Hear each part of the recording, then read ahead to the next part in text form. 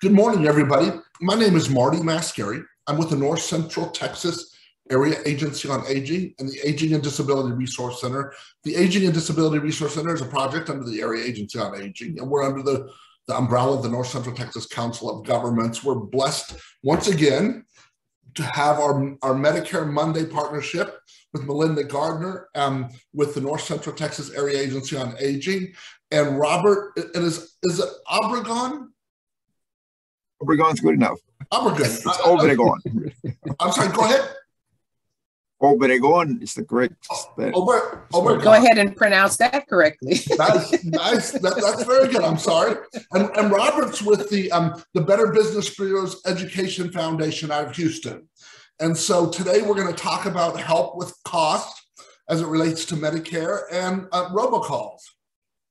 And so for those of you that are looking for CEUs or certificates of attendance, we've got that set up. We're set up with the state of Texas to provide CEUs for licensed social workers and licensed professional counselors in the state of Texas. Any of you are welcome. If you have different licenses in Texas or you have license outside of Texas, you're more than welcome to go ahead through the process and get a CEU certificate, or we're also offering certificates of attendance, and submit them to your jurisdiction. But I just want you to know there's no guarantee they're going to take them. Obviously, we're set up to follow the rules and the guidelines under the Texas continuing education rule requirements for licensed professionals, counselors and licensed social workers in Texas. I am sure if I can go learn how to talk, I'll be doing good this morning. Boy. So in order to get those, you have to attend the entire webinar. It's good for 1.5 hours of CEUs, classroom hours. You must also complete the Google survey evaluation form. It should pop up as you close out of Zoom this morning. If it doesn't, and I realize some of you work for companies that have pop-up blockers, it will also go out in a follow-up email that will either go out late today or early tomorrow. So you'll get that link through that, and then you can take it at that point in time. The Google survey will be available for 1 week till 5 p.m. Central Time, a week from today, and give us 2 weeks after that to get the certificates out to you. If you don't have them by August 1st, give us a call or email us, and we'll definitely check into it. So as it goes, Melinda, if you don't mind, I'm gonna let you introduce Robert. All right. If you don't mind, Melinda's with us all the time. Robert's new with us, and so I'm gonna let Melinda introduce Robert. All right. Well, thank you very much, Marty, for coordinating our Medicare Mondays. And I do want to thank Robert for participating and partnering with us to present this important topic about scams and robocalls. Robert I'll let him say how long he's been with the agency and some of his background, because he has an extensive background and is very familiar with scams. And so without further ado, I will let Robert go on. If anyone has the older slide set or the first slide set that went out, we're going to start with slide 36, but Marty has changed the slides. And so Robert Obregon will start with his presentation. Robert? Thank you, Melinda, and thank you, Marty, for putting this together. My name is Robert Obregon. I'm with the Better Business Bureau Education Foundation, and I'm the coordinator for the Texas Senior Medicare Patrol Project. Now, I'm obliged to say all that, so that you know where I come from.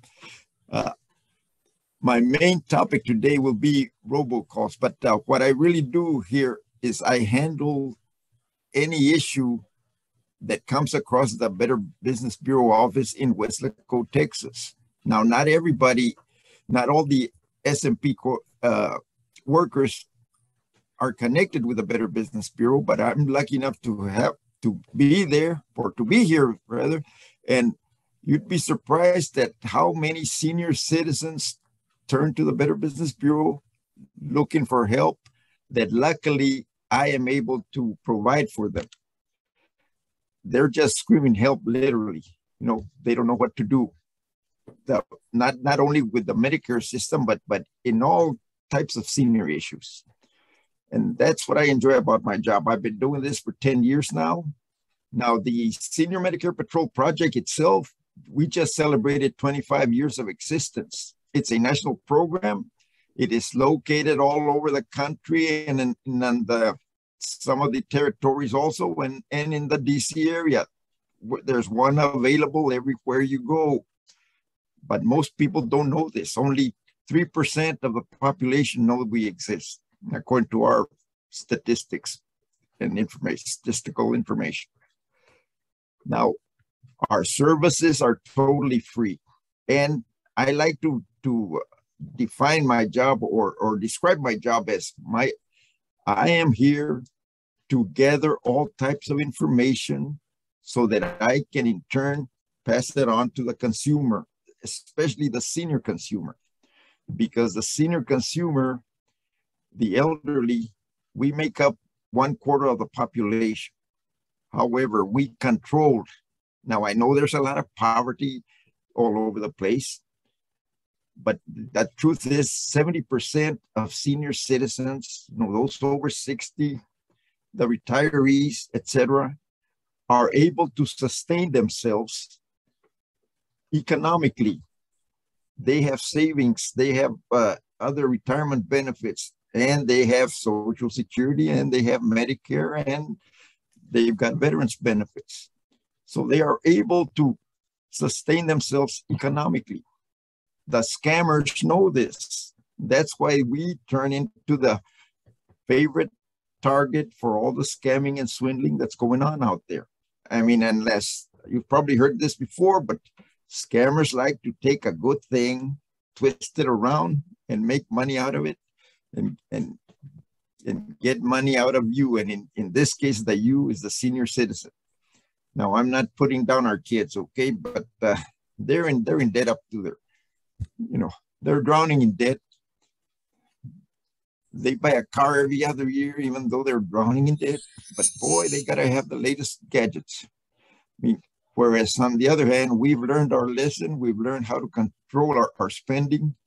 And we, like I just said, we've got the money to spend. And the scammers know all this. So I'm not putting out any classified information that we don't want them to hear. They know this. In fact, we learned a lot from them. They can twist any good thing around out there and turn it into something bad. For example, today's topic, robocalls. Robotic calls are defined as some type of gadget that can be manipulated to be dialing one number after another until someone answers. Okay, that's a good gadget. If you're an honest salesman, you want to contact as many potential customers as possible. Or if you're like a municipality, a utility company, etc., and then you anticipate a problem, or if you're a politician trying to get everybody's vote, robocalls are a good way to reach out to the public and try to sell your product, sell your idea, etc.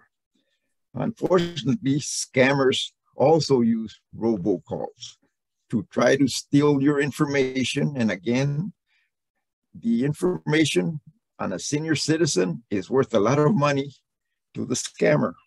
And that's why our phones ring 10 or 15 times a day from people we don't even know, and then claiming they're on a recorded line, etc., or claiming they're there with the local courthouse or whatever. They make up a lot of stories. And unfortunately, a lot of us senior citizens are very vulnerable because contrary to popular belief, and I know I, for one, know a lot more than I know things that I wish I had known back in my college days, right? But I still don't know everything. But I'm surprised at how many people, elderly people that I run into, haven't come to that realization. I thought everybody had done that. Maybe I've been working with the right organizations. I've dealt with people all my life, really. And when I got this job 10 years ago, I thought I was retired, first of all. But then it opened my eyes But when they gave me the job description, etc., I said, heck, I got to get back in there. And I've been doing this for 10 years now, and I have learned a whole bunch of things that I wish I had known when I was younger, trying to help the older people then. I wasn't one of them at the time. And there were a lot of questions that they asked that I could not answer. I have the answers now. I mean, it's my job to find those answers. And now it's my job to spread the word and let people know there are solutions to what we feel are very complicated problems. Okay, getting back to robocalls. The robocall systems are a good idea, but again, the scammers are misusing them. Next slide, please. Look, as I said, your phone rings. Something about your phone, it's your phone. You are not obliged to answer it.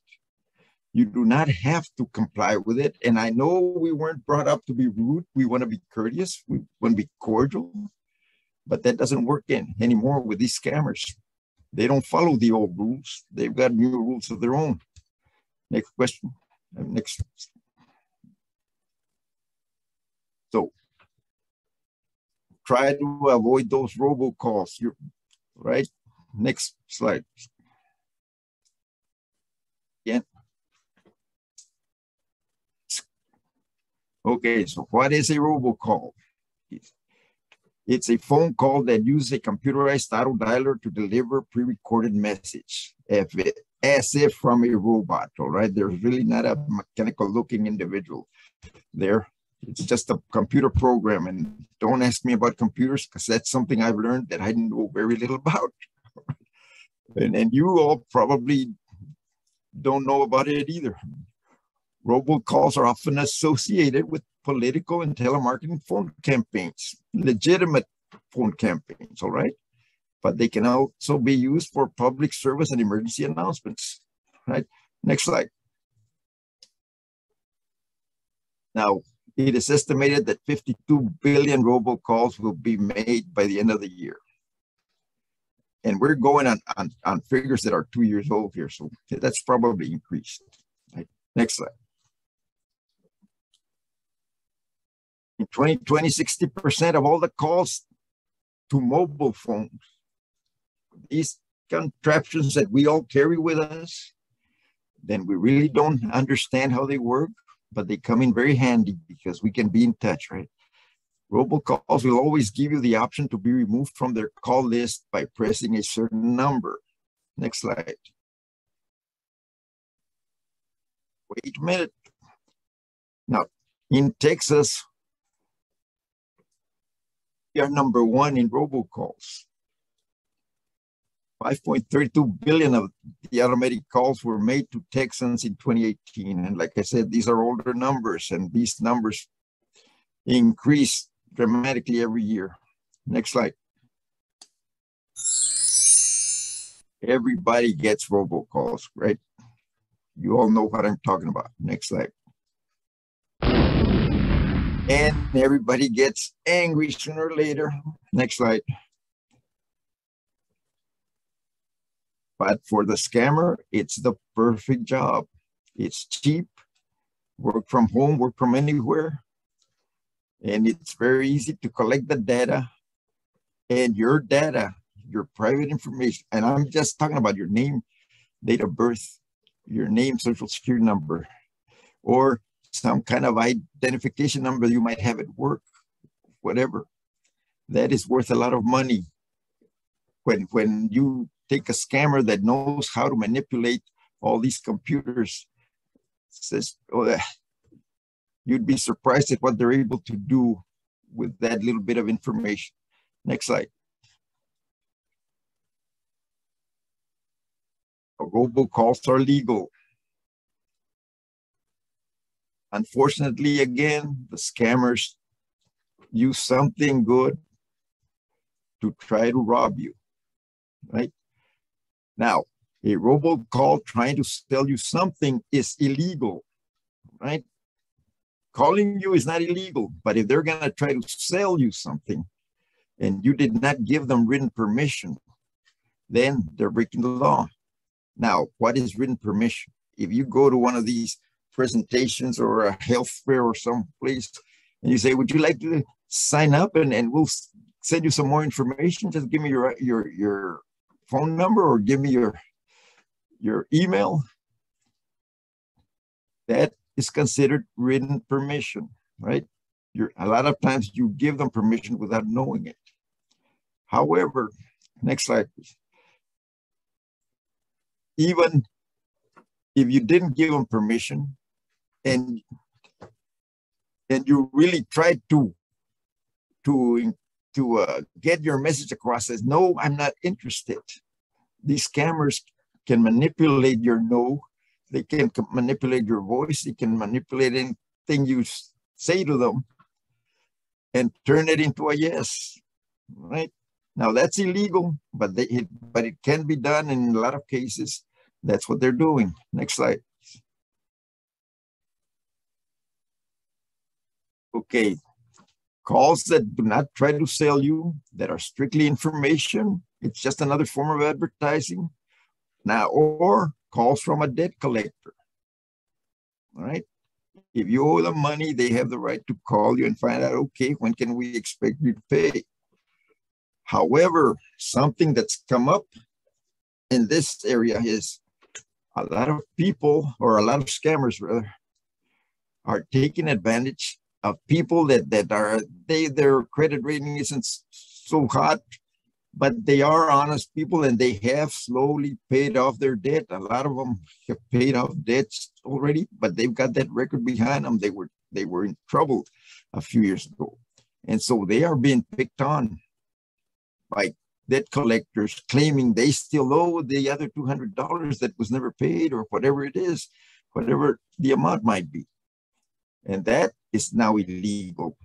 And again, a robocall is not a legal process. If you can recall that, as far as you were concerned, that was paid off, just hang up. You do not have to verify your information. They're only reinforcing their database when they do that.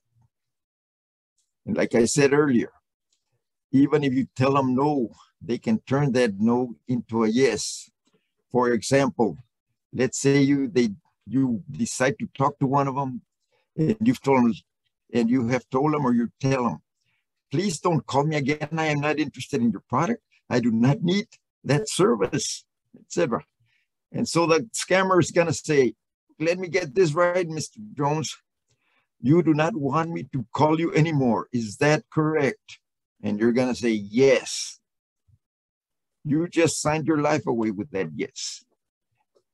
Again, we don't understand how this modern technology works, but that yes can be turned into your signature. And before you know it, a solar company installer is knocking on your door and said, we're here to start the job. What job? And they've got a work order, a legitimate looking work order that, again, they're a third party. They don't know this is a scam either. But they've got the whole crew and the materials they need show up at your house, ready to be installed, even though you did not order it and you're not aware that you signed a $35,000 to $50,000 contract with that yes that you gave them. Next slide.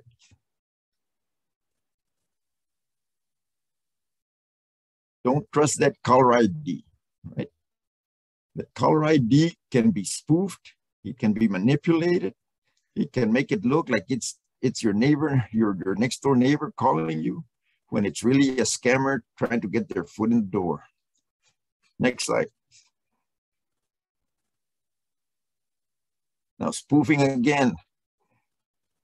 The system, the caller ID system, the telephone system, you know, the wireless communication is very easy to manipulate for the scammers. They can intentionally make it look like, again, they can disguise themselves in all sorts of ways. So don't trust that caller ID. I would suggest that you take your cell phone, put your kids' numbers on there, or people that you regularly talk to, and let everybody else go to voicemail. Don't answer the phone if you don't recognize the number. That's not being rude. That's being shrewd, right? You have to be on the defense You don't know. I mean, this contraption that, again, that we all carry around, we're in a free fire zone having one. Scammers can be calling all over the place, and sooner or later they're going to hit your phone, and you might just fall for one of these scams. Next slide, please.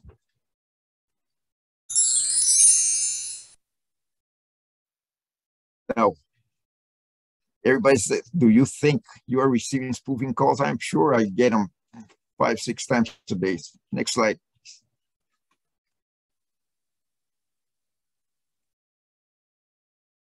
Now, how do the scams work?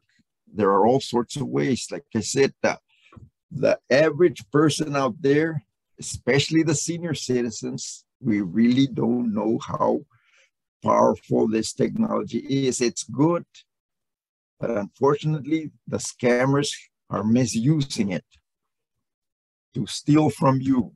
They are after your money. They don't care that you're not filthy rich.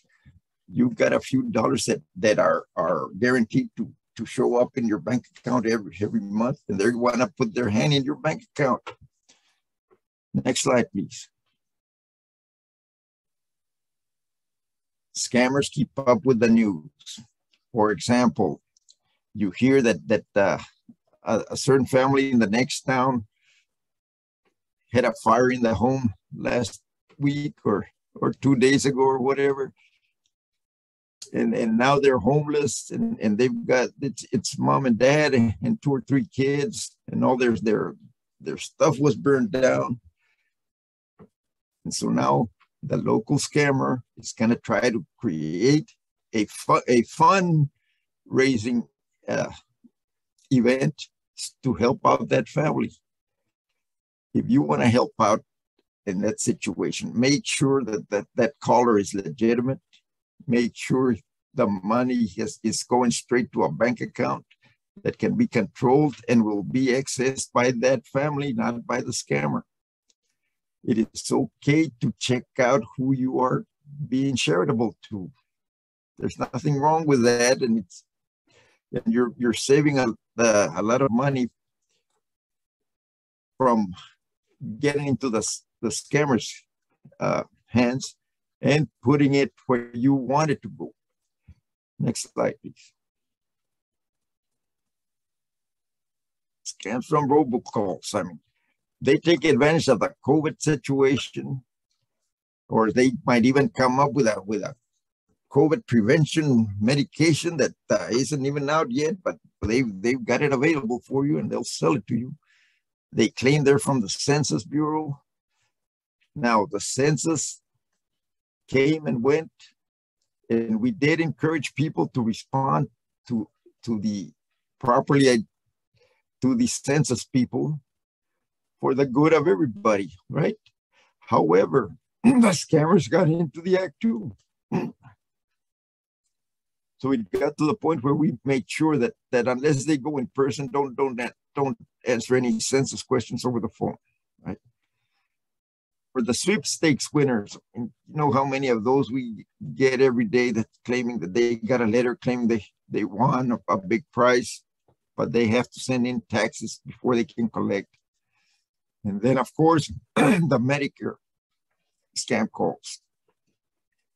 Now, you've all seen, and I don't want to pick up on Joe Namath and Jimmy Walker and those people that we used to watch on TV and cheer for, etc.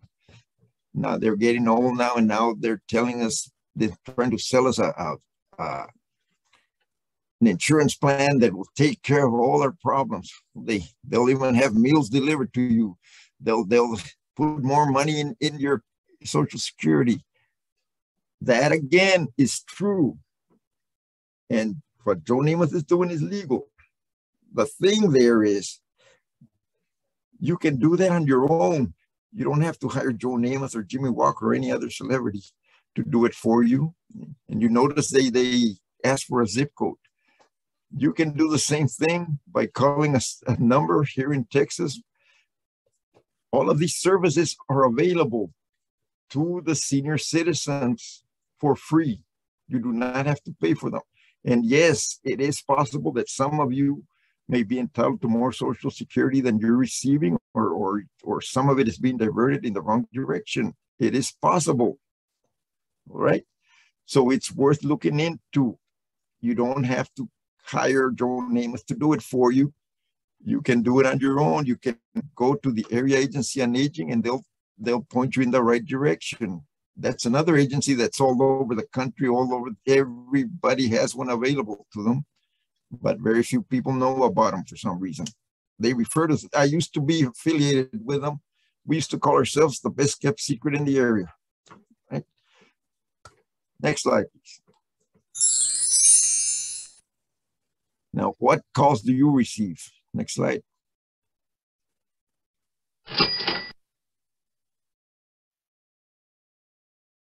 Okay, again, the scammers, the robocallers want your money, and they want it in the form of gift cards, or they might even take your credit card, but be careful there. They want your bank account number. And again, with the technology, your name and your bank account number, boy, I can clean you out while you sleep, right? Your Social Security number, of course. I mean, everybody in the United States nowadays, and I know there's one or two that don't, but everybody has one. Way back when James Bond came on the scene in the early 60s, and the secret agent man, they've given you a number and thrown away your name. They were doing that to us. I got my Social Security number when I was 15 years old, and I was going to start sacking groceries at HEB, and they were actually going to pay me with a check. And I was surprised when I got that first paycheck, and they took money away for taxes. I said, what's going on? I was expecting $75. I only got $73.50. And where's the other? $1.50. I was paying taxes now. I was a taxpayer. Nowadays, a baby's born, and part of the paperwork at the hospital or the maternity clinic is applying for a Social Security number for that baby. I ran into a 2-year-old whose Social Security apparently was stolen and sold to someone, and the IRS was after a 2-year-old for evasion of taxes because he was earning $25,000 to $30,000 a year in Colorado. Now, that the baby had never been to Colorado. He was from down here in South Texas. Right? But it's out there. And I strongly suspect, that it was someone in the family who went out and sold the baby's information. Right? But again, that's another story. Next slide, please. Again, your Social Security number, like that, we've been giving that away for the last 50 years. I remember the first time I really started using it all the time, besides for employment, was when I went to college. They used to use our Social Security number for identification purposes. So everybody's got it, and we've been using it for the last 50, 60 years now. That way. The military stopped issuing serial numbers, and they started using your Social Security number for identification in the late 60s. So now, and we still wonder, how did they know who I was? How did they get my information? So I hope that answers that question. Next slide,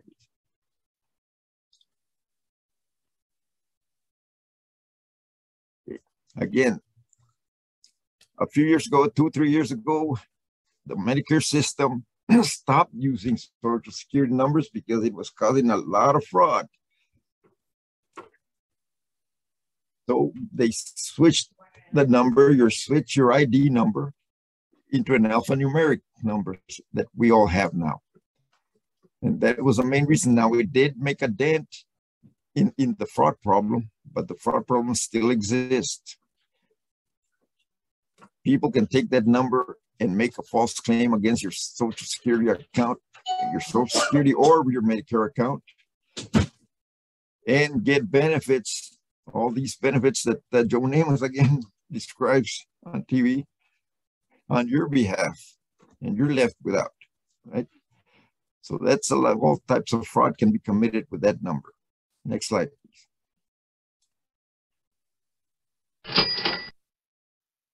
Again, there's a lot of money involved. And if there's money, the scammer wants it. Next slide.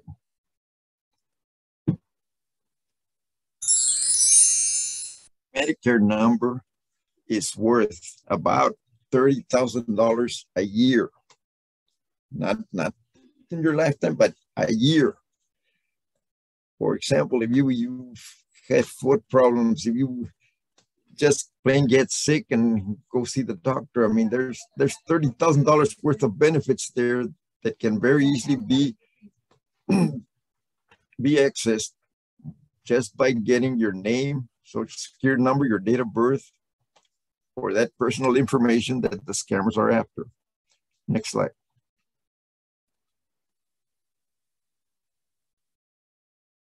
So what's the best way to stop robocalls? Next slide, please. Don't answer the phone. It's okay to be rude. It's true to be rude, in fact. I mean, if you don't know who's on the other end, you are not obliged. I mean, the phone belongs to you. Whether you want to answer it or not, that's your decision. And I would suggest no in the current atmosphere we're living in. Next slide. Now, if you do answer the phone and let's say they are selling a product or service that you're honestly considering purchasing, make sure who you're dealing with first. I'm talking about the individual, especially if it's face-to-face or don't do it over the phone. But when somebody decides you really want that product or look into it deeper, find out who the salesman is. I'm not just Robert with SMP. Find out who are you. Check his driver's license, ask for it. You have the same rights that everybody else does, especially when you let them into your home. Take their picture. Nowadays, it's very handy with these contraptions again. We can use them for our benefit. Get their license plate number, etc. And don't be afraid to do it. It's frugal to do that nowadays. It's true to be rude, remember. Next slide. Don't call back the number or return any call for any reason, not even to complain.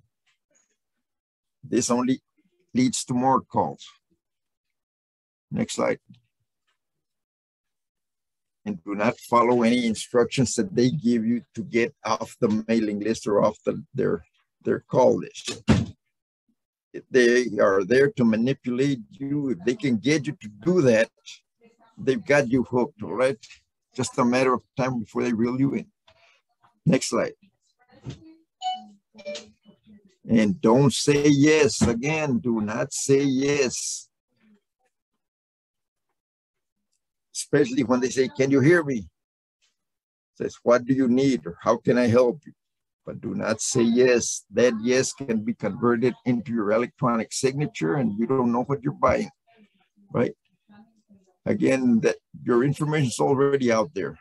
Let's say your credit card number, your bank account number, whatever.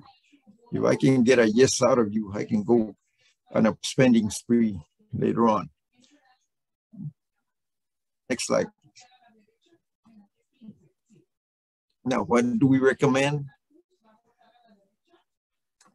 Your first line of defense, purchase call blocking devices or services from your phone provider, right? They don't work all the time, but they do work sometime, and some protection's better than none. You can check with your wireless carriers about the different call blocking systems out there. So look into it. You're defending yourself. Remember, just like you check the doors before you go to bed, make sure everything's locked up. This is the same thing. There's nothing wrong with doing this. Next slide, please.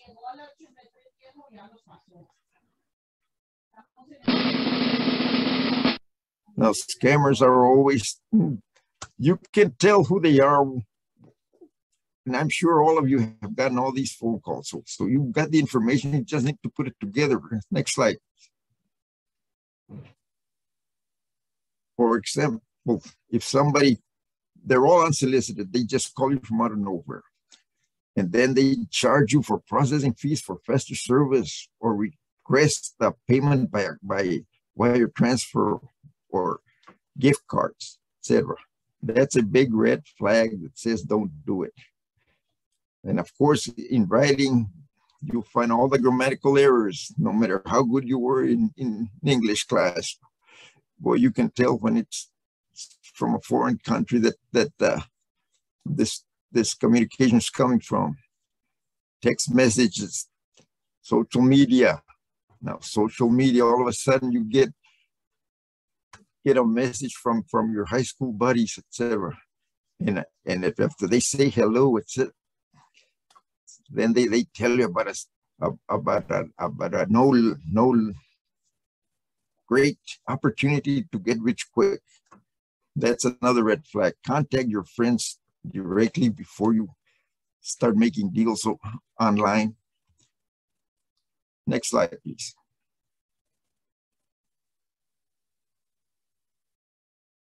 Go ahead and play that. We're going to look at this.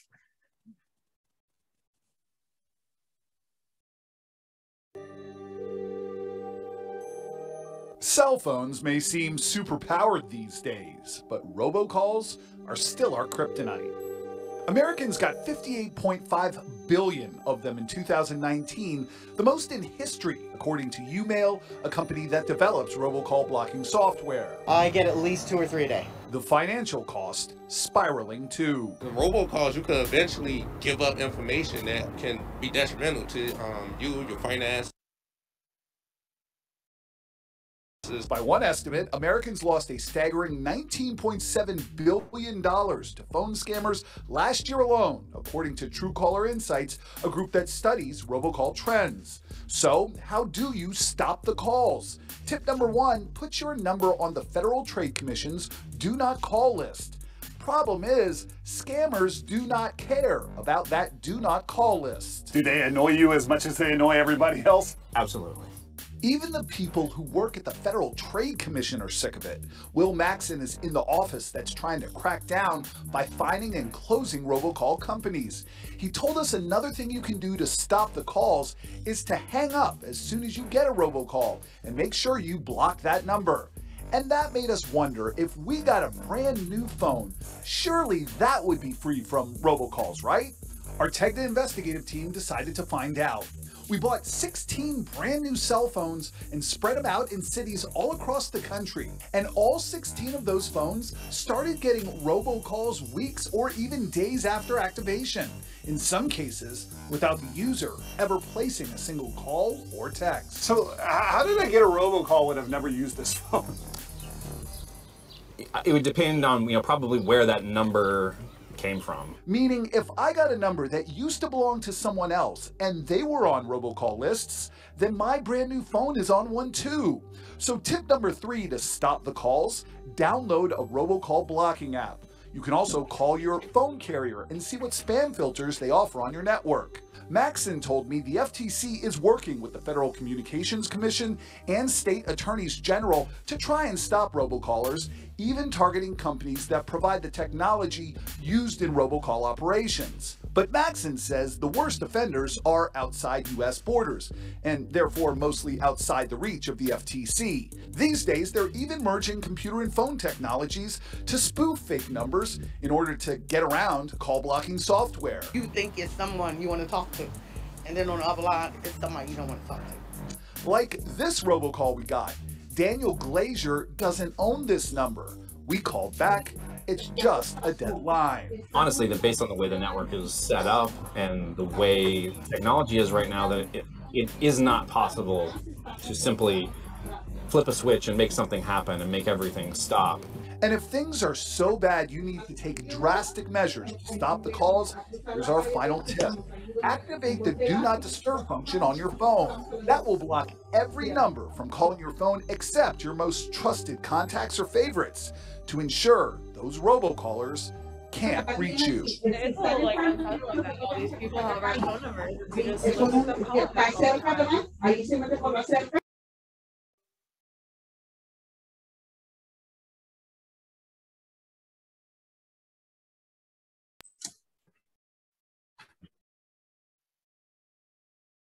slide.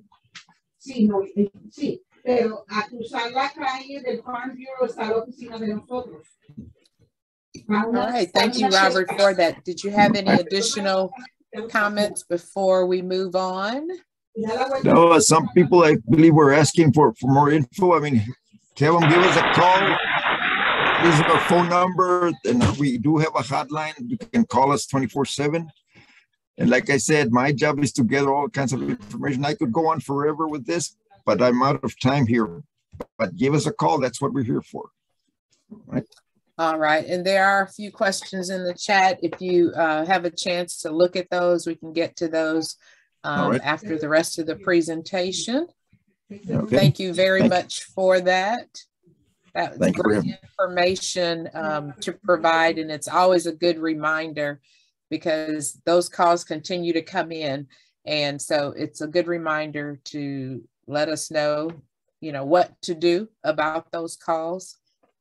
And also, you know, how to stop those calls because they do continually come in. I like to put my phone on Do Not Disturb so that I don't get those calls. And I don't even have a voicemail, so they can't even leave me a message. So that's helpful. All right, so I am Melinda Gardner, and I am a benefits counselor with the North Central Texas Area Agency on Aging. And our agency is known as the State Health Insurance Assistance Program. It is a national network of programs to provide confidential information to beneficiaries who are on Medicare. We explain Medicare. We also explain other government benefits. We help individuals maintain their public and private benefits. We get funding from the state, federal government, as well as local donations in order to continue our program. Here in Texas, the SHIP program is known as HICAP, Health Information Counseling and Advocacy Program.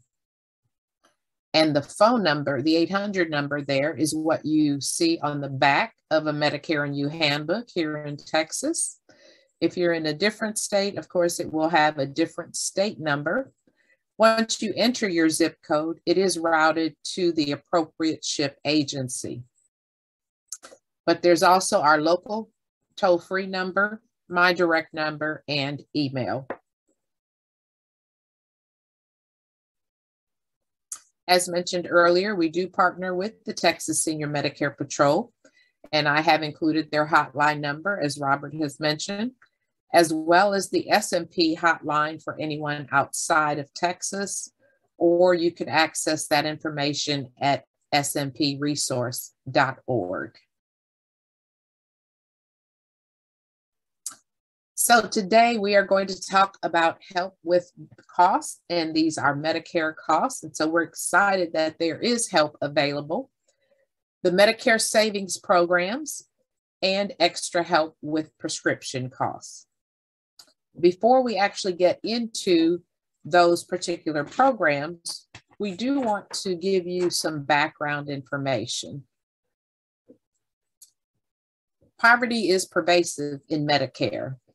So this map shows beneficiaries who are at the federal poverty level or up to 199%.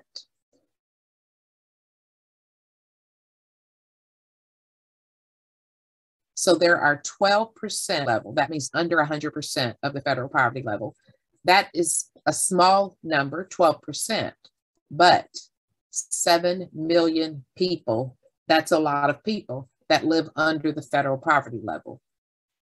Then there is another 20% that are living just above the poverty level, and that's what this map represents. And there are 11 million people that are just above the level. So the Medicare Savings Programs are crucial. They are federally funded programs administered by each state. And these programs are people with limited income and resources to help pay their Medicare premiums, deductibles, co-payments, and co-insurance, depending on what program an individual is eligible for. Now, there are 4 different Medicare savings programs: the qualified Medicare beneficiary, specified low-income Medicare beneficiary. And we actually have acronyms because we love our acronyms. Qualified Medicare beneficiary is QMB. Specified low-income Medicare beneficiaries is SLMB. Qualifying individual is QI. And the qualified disabled working individual is QDWI. Now, that last program, there are very few individuals that are qualified for that program. And so we're not going to talk about that today, but if you are disabled and you are working and you have questions about that, feel free to contact us and we can assist you further with that.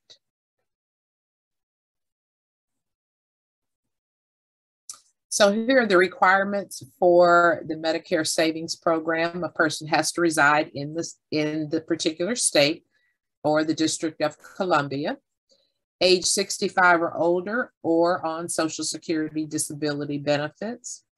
Also, people with certain disabilities or permanent kidney failure, even if they're under age 65, if they qualify for Medicare and they have low income and resources, they may be eligible for the Medicare Savings Program. And of course, there are those requirements for income and resources, and we'll discuss those momentarily. And as I stated, Medicare savings programs are crucial, and they are essential to economic security and healthcare access for millions of Americans with low income. So this chart shows the income limit from 2021 for each of the 3 Medicare savings programs. If we look at the QMB program, which pays the Part A and Part B premiums, all deductibles and copayments. In 2021, the maximum income for an individual was $1,094. For a couple, $1,472. As of March 2020, there was over 7 million people enrolled in this program.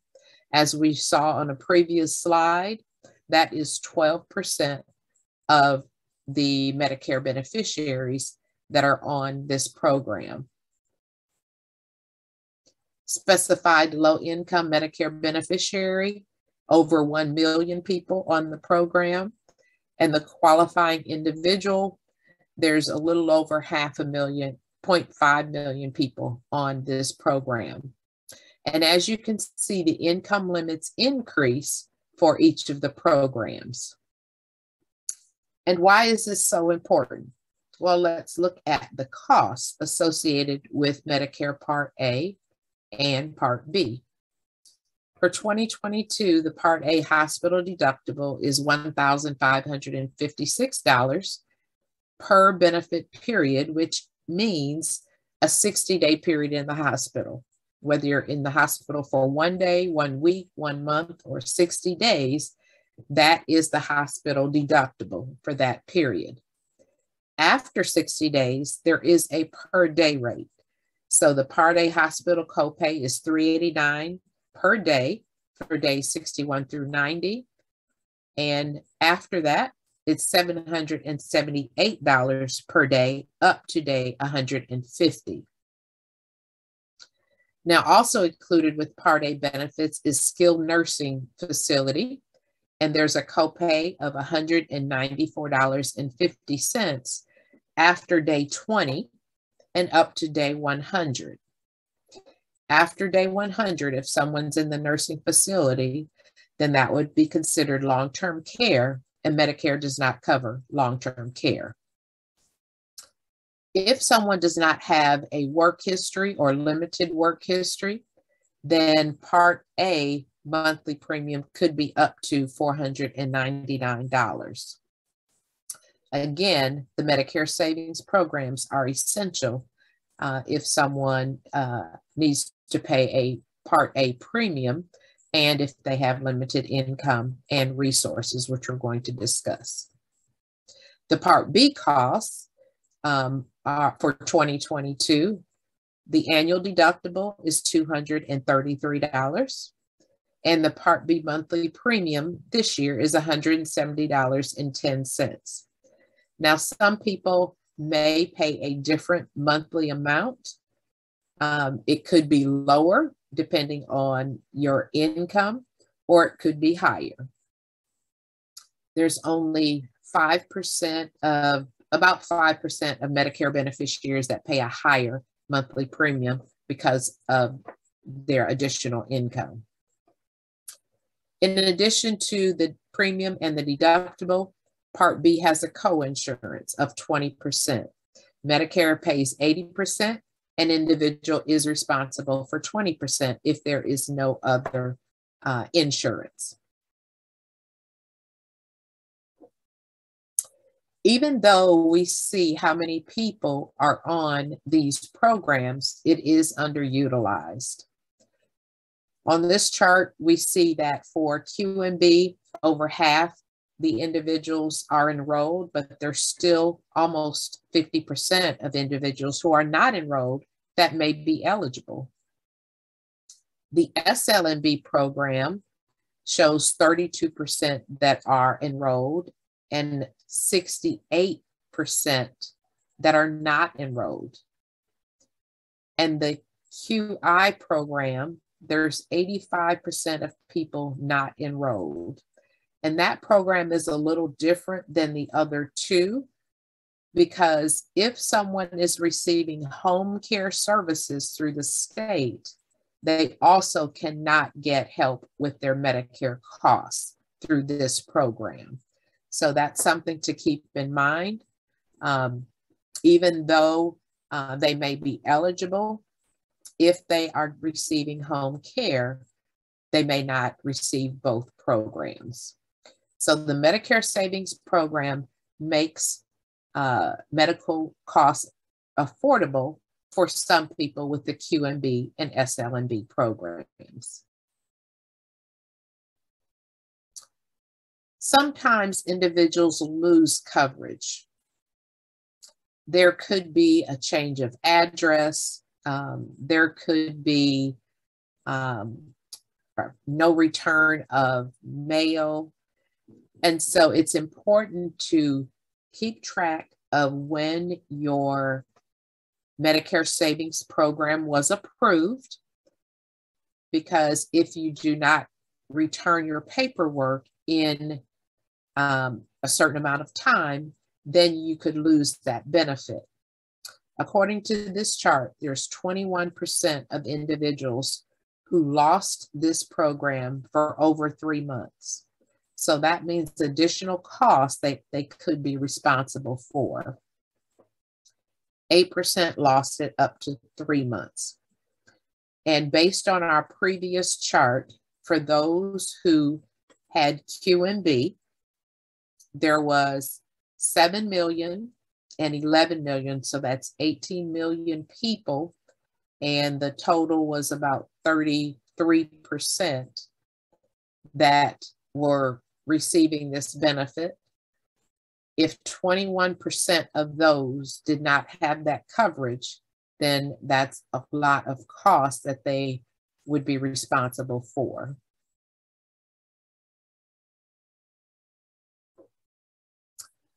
This is a chart that shows the 2022 eligibility standards for QMB, SLMB, and QI. As you saw on the previous slides, the income limit for an individual was $1,094. And so for 2022, that has increased to $1,153. So it's important to know what those limits are each year. And then there are some disregards. So in all states, individuals are able to, the first $20 of income is not counted, as well as if someone is working, The first $65 of monthly wages do not count. And for some individuals, half of their monthly wages after the 65 is deducted do not count. Also, if someone is receiving supplemental nutrition assistance program funds or support, that is not counted as income. Some states do exclude more monthly income. Definitely check with your state if you're outside of Texas to see what their criteria may be. In all states, there are assets or resources that are not counted. The primary home that you live in does not count. You are allowed one car. Household goods and wedding engagement rings, burial spaces or funds up to $1,500 per person, and life insurance with a cash value of less than $1,500 would not count. Now, there are some life insurance policies, if it has a cash value that would, there are life insurance policies that are term that may not count. Remember, your income and assets are counted to determine eligibility. That varies from state to state. You can contact us, contact your Medicaid office, or visit shiptacenter.org to find out more information.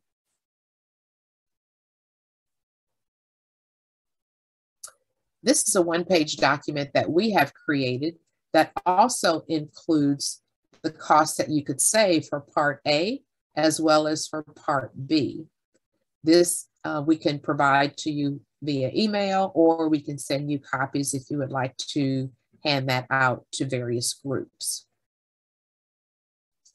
These figures do include the $1,500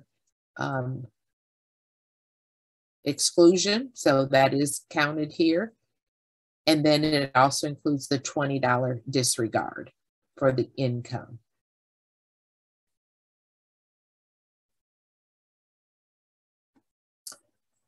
So we also have, there's also a program called Medicaid Estate Recovery.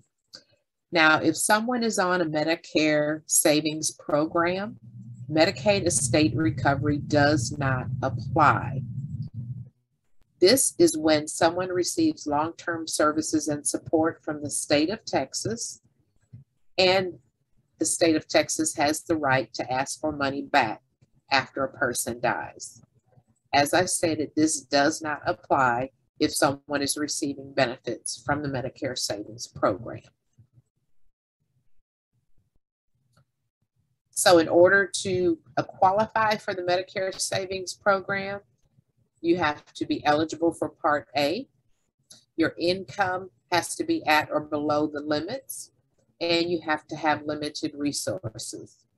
It's important to call or fill out an application if you think you could qualify for savings, even if your income or resources are higher than the amounts listed.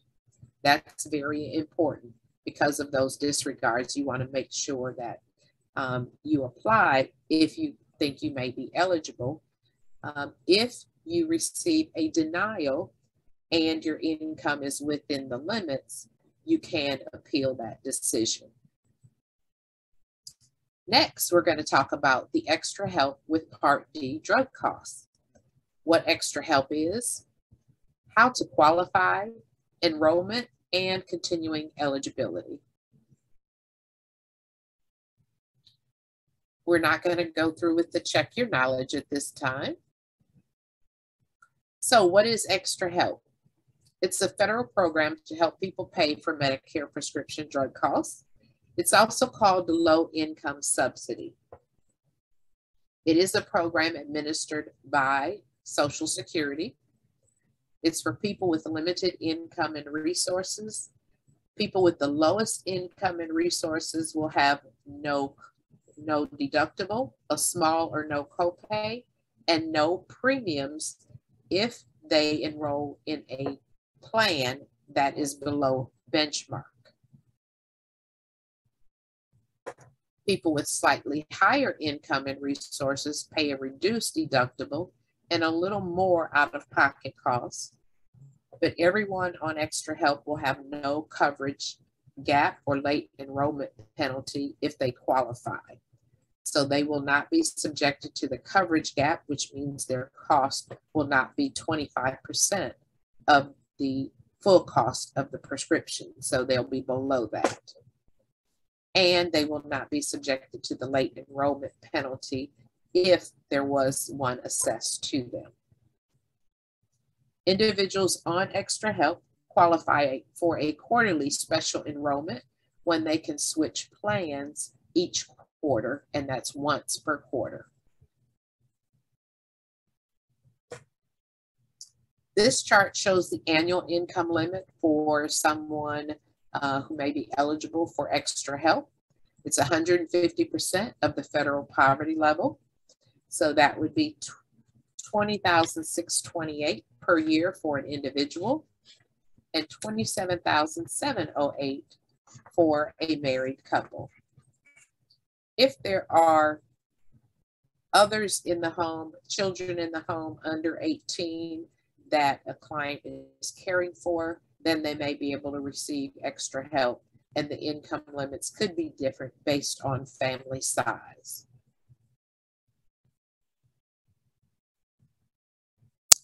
For resources, the extra help allows individual $15,510, and for a couple, $30,950. It does include the $1,500 for funeral or burial expenses. It does count savings and investments, any real estate except for your home, and then the vehicles above 1 would count as a resource.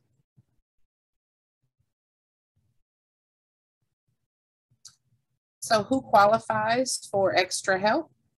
If someone gets full Medicaid coverage, that means their income is less than about $900 and they receive full Medicaid.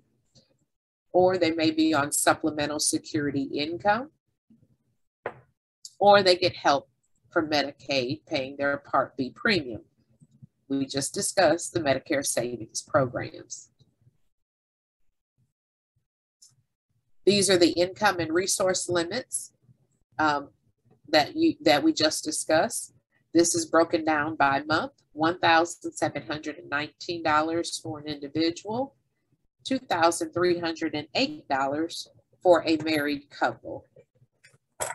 Now, this income limit is higher than the income limit for the Medicare Savings Program. So individuals who qualify for the Medicare Savings Program would automatically qualify for extra help. All others would have to apply. You can apply online at Social Security's website, ssa.gov.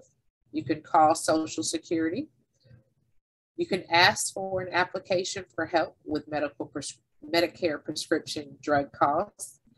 And if you're receiving the Medicare Savings Program, you can contact your state Medicaid agency for assistance. Or again, we at the Area Agency on Aging can assist you with this application as well. This is a chart that shows the enrollment for extra help, those that are automatic and facilitated enrollment.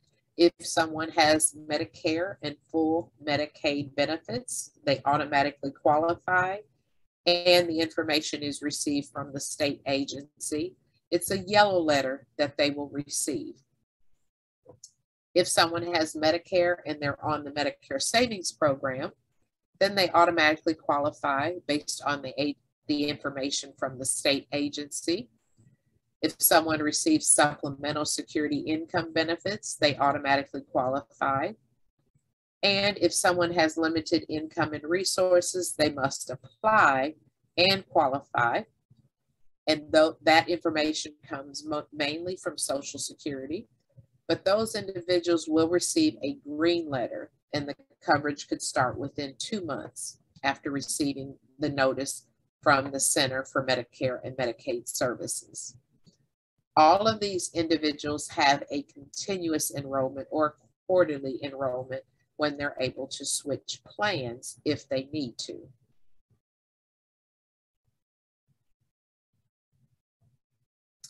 This shows how much individuals will pay depending on which level of the extra help they're receiving. There's one level where individuals, if someone's at the federal poverty level or up to the federal poverty level, where they will pay no more than $4 for their prescriptions. If they receive extra help and they're at up to 135% of the federal poverty level, they'll pay no more than $10 for their prescriptions. Now, if someone is receiving long-term care, such as the home and community-based services under a waiver, or they're in an institution such as a skilled nursing facility, they will not have a copay for their prescriptions. And then individuals with a higher income, they may qualify for partial extra help where they will have a reduced deductible and a reduced cost sharing of 15%.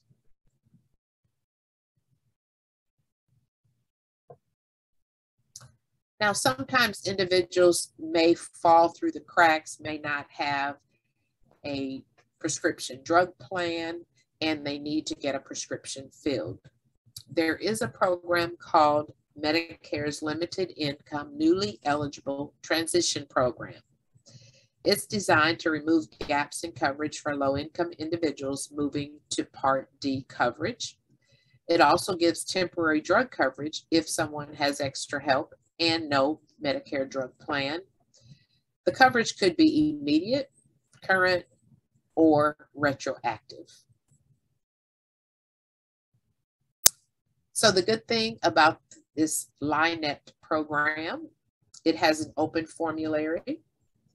It doesn't require prior authorization, and it includes standard safety and abuse edits to protect from refilling too soon or duplicating therapy, having too much medication. And there are no pharmacy restrictions. So that way, if there's a pharmacy you're close to and you need to get those prescriptions filled, you can do that if the LINET program, if you're in the LINET program. This explains how Medicare, how individuals can access the LINET program. There's auto enrollment through Medicare. If someone is at the pharmacy and they need to get a prescription filled, the LINET program can be accessed if they were previously on extra help and now for some reason no longer are on extra help, or if they're just starting Medicare and they have not been enrolled in a prescription drug plan, they may be eligible for the LINET program. Or if someone was approved for the LINET program, they can submit a receipt and get reimbursed for out-of-pocket costs during the eligible periods. There are a couple different notices that are sent out by Medicare in early November on blue paper. It's people whose plans are leaving the Medicare program, as well as those whose premiums are increasing. So that's important to note, especially during that fall enrollment period, so that if you do need to change plans, you are eligible to do that, and that would qualify you for a special enrollment period as well.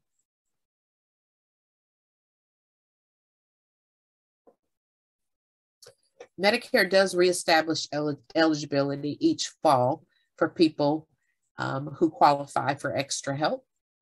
They will send a loss of deemed status on gray paper, and it will include a Social Security application so that individuals can reapply for this program. This happens sometimes because individuals' income, once there is that increase in Social Security benefit, that may put them over the extra help limit. for a period of time because the extra help limit does not change until February or March. So if your status changes and you again automatically qualify, Medicare will send a deemed status on purple paper. If you automatically qualify, but your copayment has changed, you will get an orange paper in October saying changes in extra help copayment. This again gives you an opportunity to make changes during the fall enrollment period. There is a consumer mailing guide link that you should be able to access in your presentation. There are 4 types of redetermination. So if someone needs to make a change or has made a change, then there are some redetermination processes. The initial, cyclical, or recurring. Maybe there was a subsidy changing event or possibly some other event, and you may qualify for extra help and be able to get that through a redetermination process.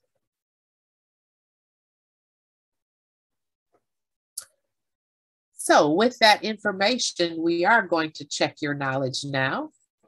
You automatically qualify for extra help if you get help from Medicaid paying your Part B premium, full Medicaid coverage, supplemental security income, or all of the above.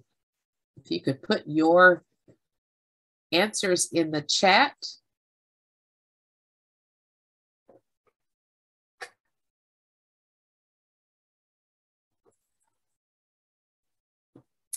All right. That means everyone was listening. Thank you. Or you saw the answer earlier. It is all of the above.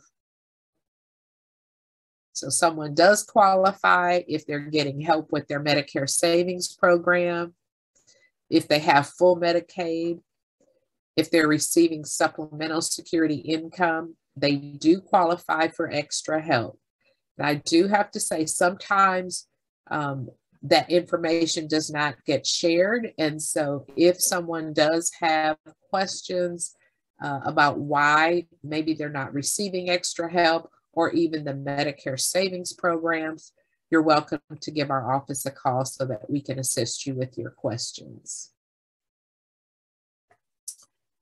And here is my contact information again. We are available Monday through Friday. I have included our website as well as the SHIP TA Center. You can also reach them at shiphelp.org in order to find the SHIP agency in your area. I'm gonna ask you a couple of questions if you're ready. Yes, sir. Hey, Peggy Foster asked, she said, I know 2 different people with little resources who paid $5,000 each to qualify for Medicaid. Could they have contacted you for help instead of paying the $5,000 to the attorney? That's a yes and no question. We can assist with the Medicaid application. If someone has more income as well as more resources, they may need to speak with an elder law attorney, and those costs vary with an elder law attorney. So I know of some skilled nursing facilities that maybe partner with agencies that will help with the Medicaid application, and they don't charge anything. I actually had a friend recently who had to apply for Medicaid over the income limit, and they helped with all the paperwork. And it took probably about 3 months or so, but they actually got Medicaid approved, but they were over the income limit. And so there's additional paperwork involved with that. But we are able to answer questions and kind of help guide individuals through that process. So, and you may have answered this question, but Peggy had another question. She said, what is the first step for folks who are interested in Medicaid, and is calling you the first step? I know this was covered, but this was a lot of information, she said. Right. Yes. The first step is to make the phone call. That's the first step. You can call our office. We can help answer questions, and depending on what Medicaid program, because there are various Medicaid programs. Someone had put actually in the chat benefits.gov. That's a good website. Sometimes that's a little more information than is necessary. It kind of gets convoluted with all the processes and particulars. It's a lot of information there, but it does provide information on the various programs. So benefits.gov is a good website. Also, there is a website, and I'll put it in the chat, where you can actually put in some of your information to see what programs you're eligible for. And so if you have internet access, that's a good way to start as well. And then if you do have questions, you can definitely reach out to us for further assistance. Barb, I just wanted to let you know, I just put the link to the slides, the PowerPoint slides, in the chat.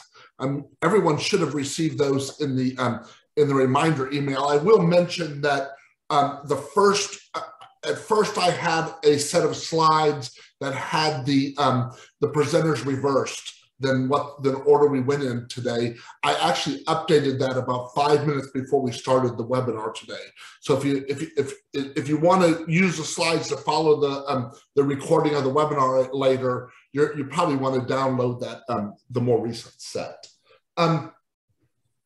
Is there a pamphlet that provides details for the Extra Help program?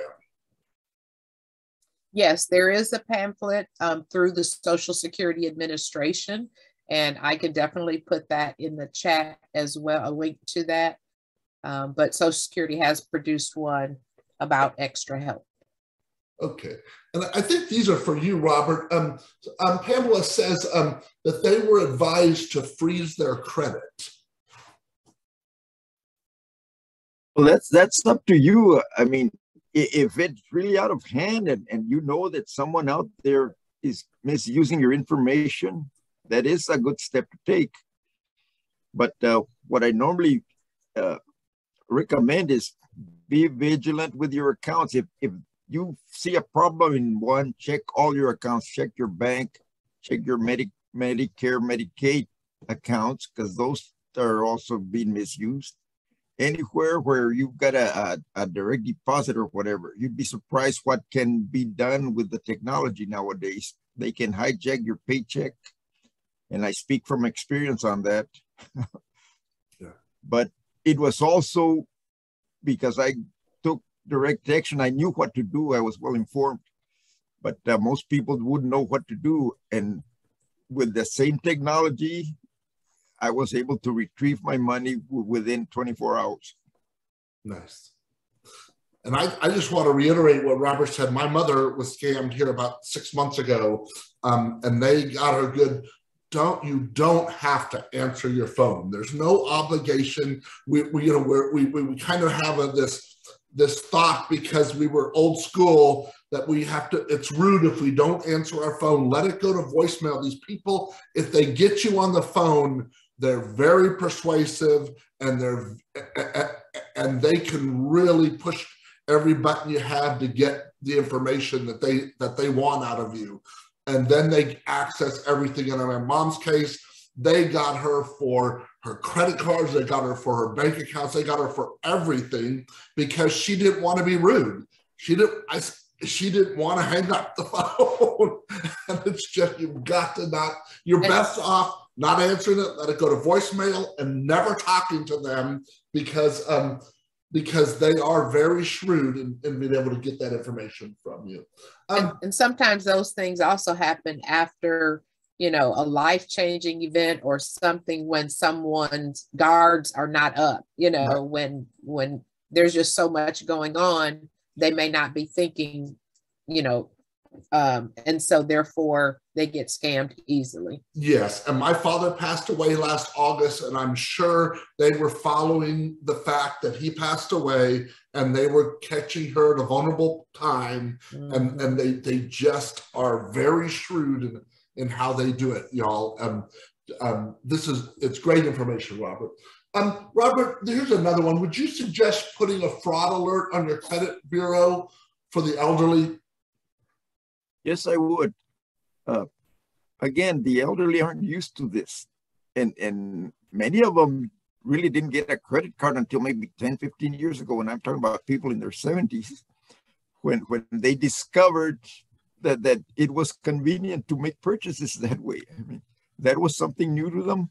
But at the same time, they haven't totally come to appreciate what they can do with those. So we need to teach them how to protect themselves. Put a limit on themselves. For example, if there's a purchase over $100, make sure that it's verified that it's you and not someone else. I'm not quite sure I follow your comment, Aaron. It says something about she gave the Texas benefits or benefits.gov. And then she says the state of Texas runs ours. There are income limitations for the programs, also 211. And I'm not quite sure. I don't follow where that came from. That's a comment that came before Melinda's presentation, so I'm just not sure. Oh, maybe. I see the benefits.gov. Yes.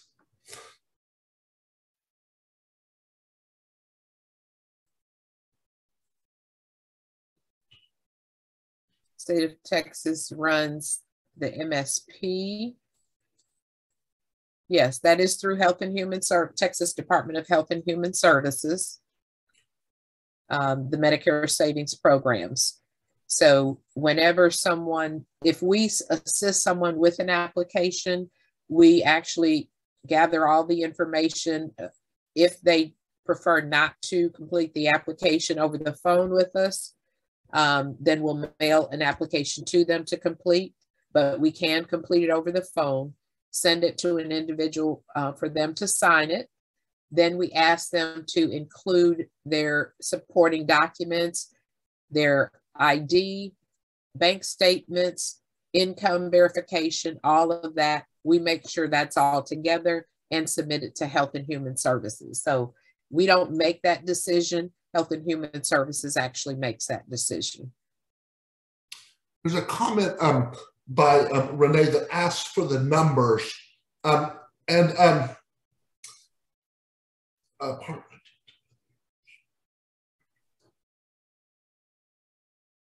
on, maybe I'm sorry, from Joy Hastings about the numbers. You should have gotten the numbers on the slides for both of the presenters today. And those numbers should get you what you need for both programs. I will also put in the here in just a second. I'll put in the ADRC number, the statewide number, and that's good for any county in Texas that you can call, and they should be able to link you up with any service you need. It's really another version of Almost 211. But it's specific to seniors and people with disabilities in most. I'm putting that in. Okay, thank you so much. Mm-hmm. I think that I didn't get to the bottom. So I saw some new messages came in. Oh, very good, very good. What is the income range for the partial extra help program? And I guess you gave them that in the link. Yes, and I answered that as well. Mm-hmm. Okay, great. If you didn't see that, y'all, that is in the chat where Melinda has answered the question. And if any of you are joining us by phone, it's somewhere between $1,549 and $1,719 a month, and I'm assuming that's for an individual. Correct. Yes. Okay. And I can do the That's great. couple. The couple limit is 2,080 to 2,309. So I'll include that in the chat as well. And I'll get the extra help link and include that in the follow-up email as well that Melinda posted here. And so I'll make sure I include that in our follow-up email. Again, that will go out later today or tomorrow. If we could go on to the CEUs, we're at the end of our time, and I want to make sure I go back over that for anybody that joined us at the end. If we can just advance to slide 1. There we go. For those of you that joined us today that are looking for CEUs, if you joined us, we went over this at the beginning. I'll go over it one more time. These CEUs we're offering are for licensed social workers and licensed professional counselors in the state of Texas. That's who we're set up with. Anybody with any license, you're more than welcome to get a CEU certificate as long as you followed all the requirements that I'm going to go over. But just so you know, whatever license or jurisdictions that you're in that you submitted to, other than LPCs and social workers in Texas, it's up to them whether they take them or not. Well, I cannot.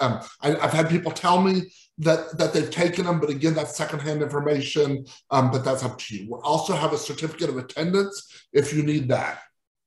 Today's webinar was good for 1.5 hours of CEU credits. You must have attended the entire webinar, not miss more than 5 to 10 minutes of the webinar in order to qualify.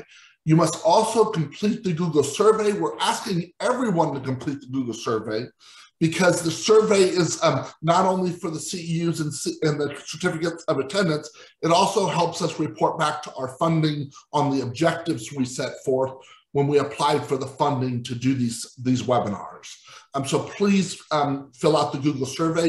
It should pop up when you exit out of Zoom, but if it doesn't, you'll also receive that link in the follow-up email that I'll send out either later today or early tomorrow. The Google survey link will be up and live for 1 week, until 1 week from today, till 5 p.m. Central Time. And certificates will go out. Give us 2 weeks after that to get those certificates out to you. We'll get your certificates out. If you don't get them by 8/1, then please feel free to email us and check on them. But give us till 8/1 to get them to you if you would. Melinda and Robert, do you have anything else you want to add before we close? The one thing that neither one of us mentioned is that we're always looking for volunteers to help us either with benefits counseling or with senior Medicare patrols. So if anyone's interested in that, definitely feel free to give us a call. The training is free, and we actually have a training coming up for benefits counseling real soon. So feel free to contact us if you're interested in any of those. Yeah, and you don't need to be an expert. Anyone to do this? Not at all. There is substantial training and substantial support that comes with to the volunteers. So please, if you're interested in helping other people, these are just good ways for you to get out and help. It helps keeping other people from getting scammed, or helps let other people know that there is extra help available with their expenses, and you can really help people, financially, whether it's preserving their finances for either one of these ways. Could you advance to the final slide if you would? And we'll talk about the next one. Our next one is going to be on August the 8th. We're going to talk about Medicare options, how to understand your Medicare annual notice of change, and then solar scams. People selling solar systems that'll take advantage of you. Robert, I didn't know, I wanted to get the slide done, but I want to see if you had anything to add to. I mean, this is a much bigger problem than people realize. I mean, again, solar panels, going solar is a good idea, but the scammers are taking advantage of the confusion, and we get a lot of elderly people, again, being scammed out of their money and getting their signature on a contract that they never even touched, and that's a big problem that I see. That's why I thought this would be a good topic to cover. Great. So we're gonna cover that on the 8th. Did you have anything else for today's topic, Robert? What was that? Did you have anything else you wanted to add on today's topic?